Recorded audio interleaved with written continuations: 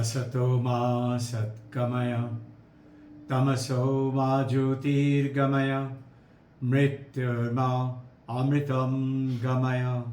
Om Shanti, Shanti, Shanti. O Mother, hold our hand. Take us across from unreal to real. Take us from darkness of light, darkness of ignorance to wisdom of light. Take us from death to immortality. Om, peace, peace, peace. Welcome back, my dear devotees. Today we are going to start with a little story, and the main topic is who gets liberated? Who is liberated? You say, of course, I am liberated. Think, who is this I?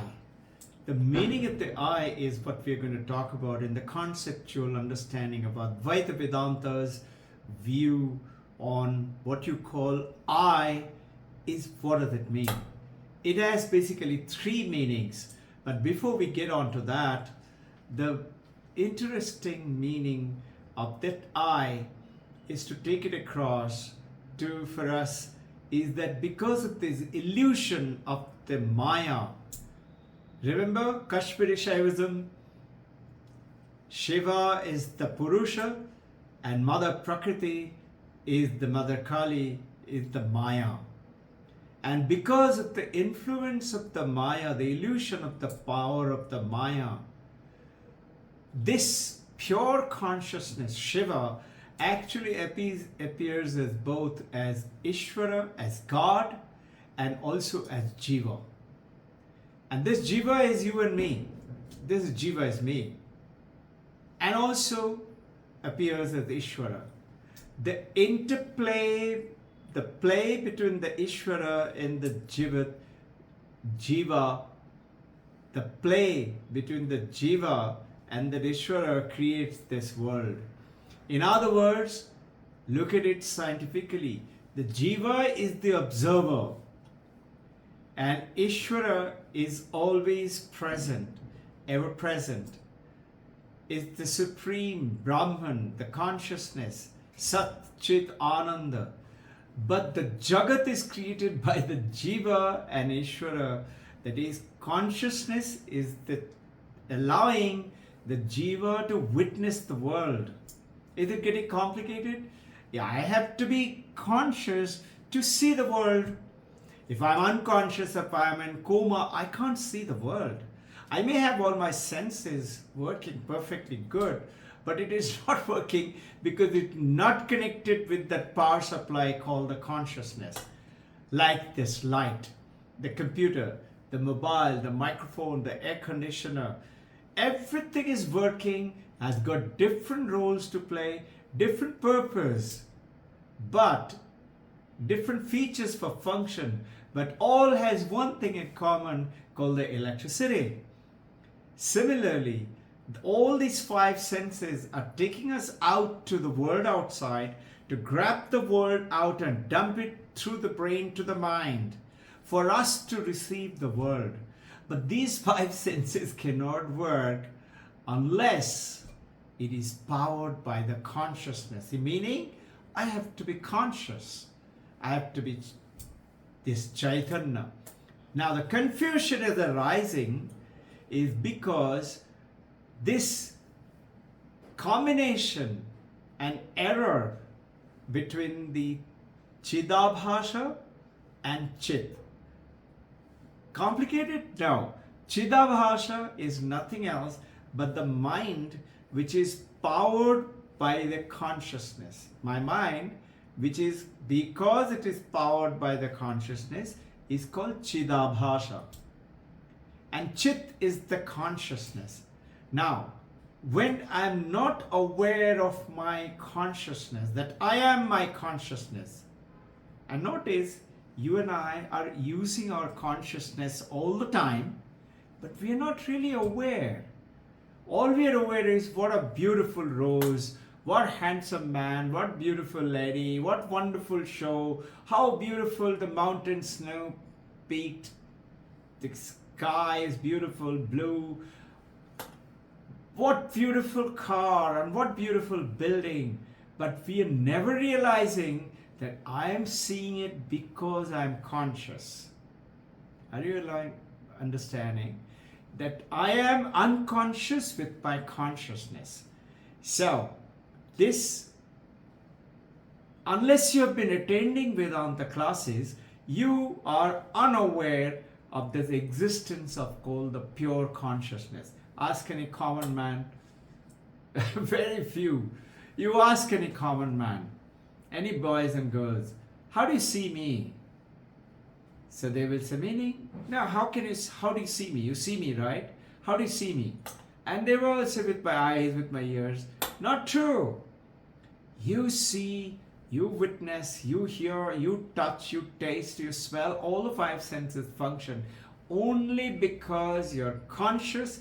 That consciousness powers the mind, which is Chidabhasa. The mind powers the brain, and the brain powers the senses, and senses in turn grabs the world, picks it up and dumps it into the mind through the brain. That's how you experience the world. So it is the consciousness because of which you fine-tune it, to know it. You are looking into the mirror. I am looking into the mirror. What am I seeing? You say, I'm looking at myself. No, I am looking at my image. Isn't it so? You see, it's the same thing. Not really. See, image in the mirror cannot stay without me, the face. Am I correct? The image in the mirror cannot exist without me, my face. But my face can very well exist without the mirror and without the image. Understood? My face would continue to exist whether there is an image in the mirror or not. Second thing, the image in the mirror would depend on the condition of the mirror. If the mirror is old, the face that you see in the mirror would look dirty and old. If the mirror is cracked, the face image would look cracked. Face is not cracked. And if the mirror is platinum mirror, finely polished, you will see a wonderful, wonderful, almost identical face like image there. Are you with me?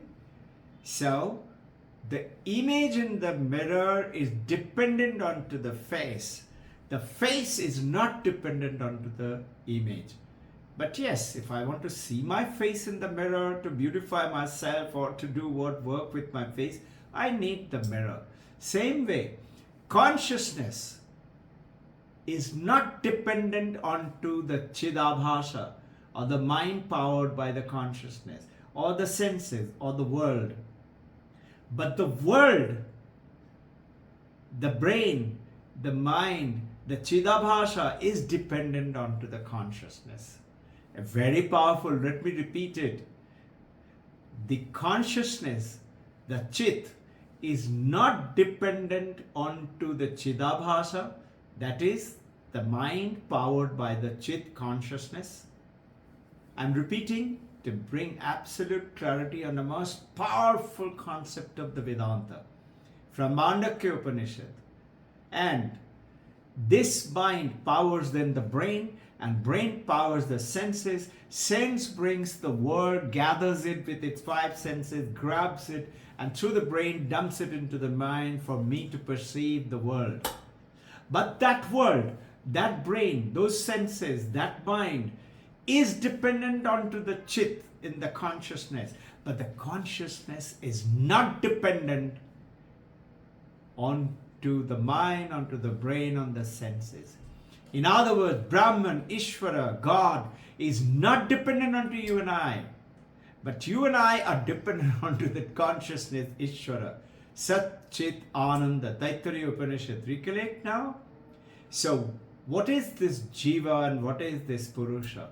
Chidabhasa and Chit, you understood now that pure consciousness is the distinction from the Chidabhasha, or the influenced mind by the consciousness. There is a difference. So Jiva is the mind which is with the body and the name and the form, and we are unaware of this existence of the pure consciousness. Our awareness is limited, and a sense of being, sentient being and non-sentient being. That is, the moment I say sentient being, I'm a conscious being in this body and the mind with a reflected consciousness. That is the sentient being. Now, the jiva and the reflective consciousness, the mixture of the real face of the mirror, the reflected face, and this is called the Purusha. The real face, that is my face, and the image is called the Purusha. Now, as long as I understand the reflected face in the mirror and I are one, reflected face in the mirror and I are one, we are in the samsara. In other words, this is Robbin Ghosh's face. That means you put a name and a form and a gender and an age and looks and color and texture. When you negate the mirror, when you forget the mirror, when you know that mirror is false, when you know the reflected face is just temporary because of the face, then you are Brahman. You are the realized master. So, breaking free from the samsara, as long as you identify with the reflective consciousness in the body and the mind, we are bound and we are going to suffer because of the mind, because of the sickness, because of the disease and depressions and anxiety and worries, because we are bound by the body and the mind and the reflective consciousness. It is powered by the consciousness, but I am totally taken on by this is me, and that mind is mine, and this is me. The real me is the consciousness, though, which is not dependent on this body and the mind and the name. Now look at it. 6th of October, Nobel Prize winners 2022, 3 physicists I often mention, Alan Aspect, Joel Zellinger, John Clinton. They said what? This world exists because there is an observer. If you remove the observer, there is no world.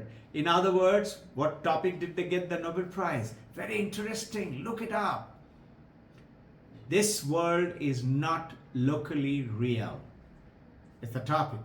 This world is not locally real. What are they saying? Observers are important. What is Advaita Vedanta telling you right now? That observer here is the consciousness, is the observer through the senses, through the brain, through the mind. Yes, but that observer must be there. When you become aware, like I'm looking at the mirror, if I'm aware, oh, that's just my image, that's not me. Like you're watching a movie in the TV or in the screen. You're watching the movie. Notice something, just like in a dream. You're watching the movie. You know now that movie which is happening behind the screen, it's just a movie.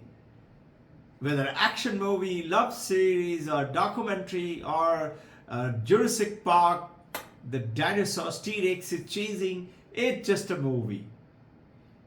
And even the very fiery, scary, you are tense, but you're enjoying it. When do you enjoy the suffering with a smile? When you're watching it in the movie, isn't it?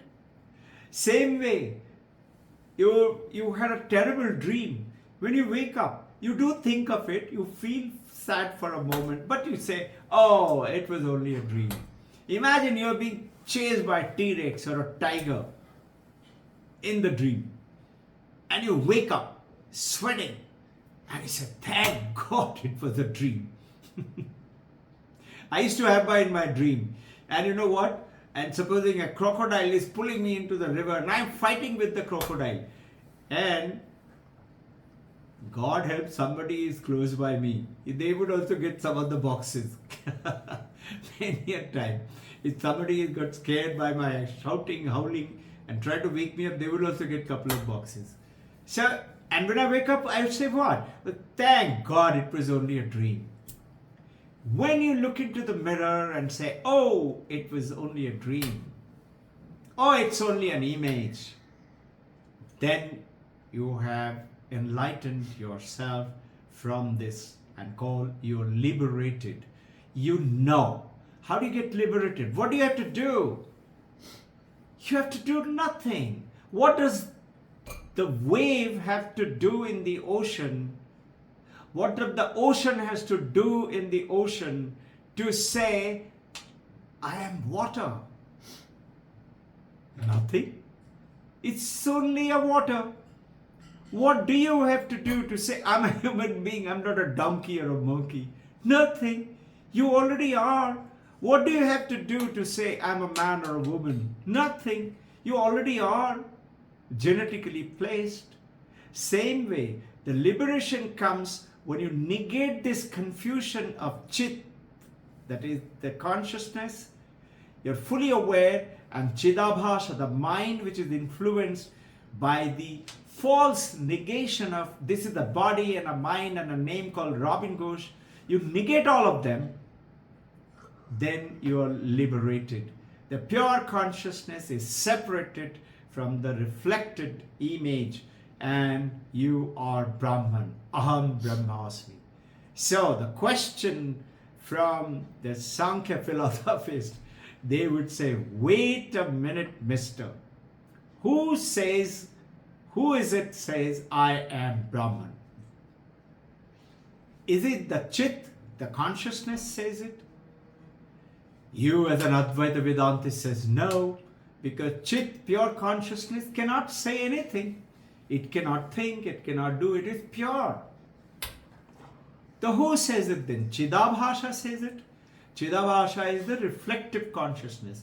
Does that say I am pure consciousness? I am the Brahman, Aham Brahmasmi? No, it cannot, because Chidabhasha is not Brahman. It's only reflected consciousness. So who says it? Sankhya philosophy catches the Advaita Vedantis. To make you understand this question, very important, very powerful question, asked by somebody recently, it's very simple. You look at a beautiful full moon night, full moon, huge moon. You look at the full moon and you say, what beautiful moonlight. Isn't it? Understand it. The last question, who says I am Brahman, is related to this example, a metaphor. You say, what beautiful moonlight. But you can't say that because the moon doesn't have a light. Moon is the sun's light is reflecting from the moon and coming to the earth for you and I to see it. Isn't it? So now,